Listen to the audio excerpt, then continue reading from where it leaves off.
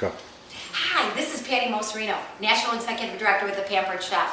Is your business hot, hot, hot this summer? Well, mine is. And here's one of the reasons why. Here is a great idea.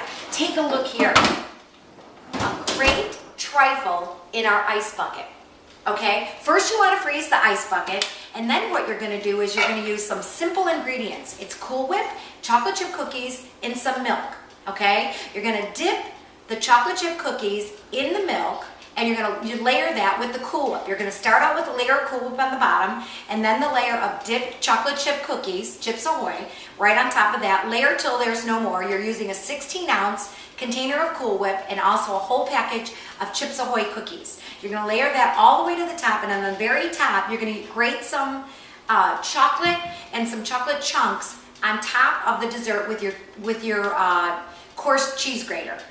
And then what you're going to do is you're going to put this back in the freezer, okay, and let it set.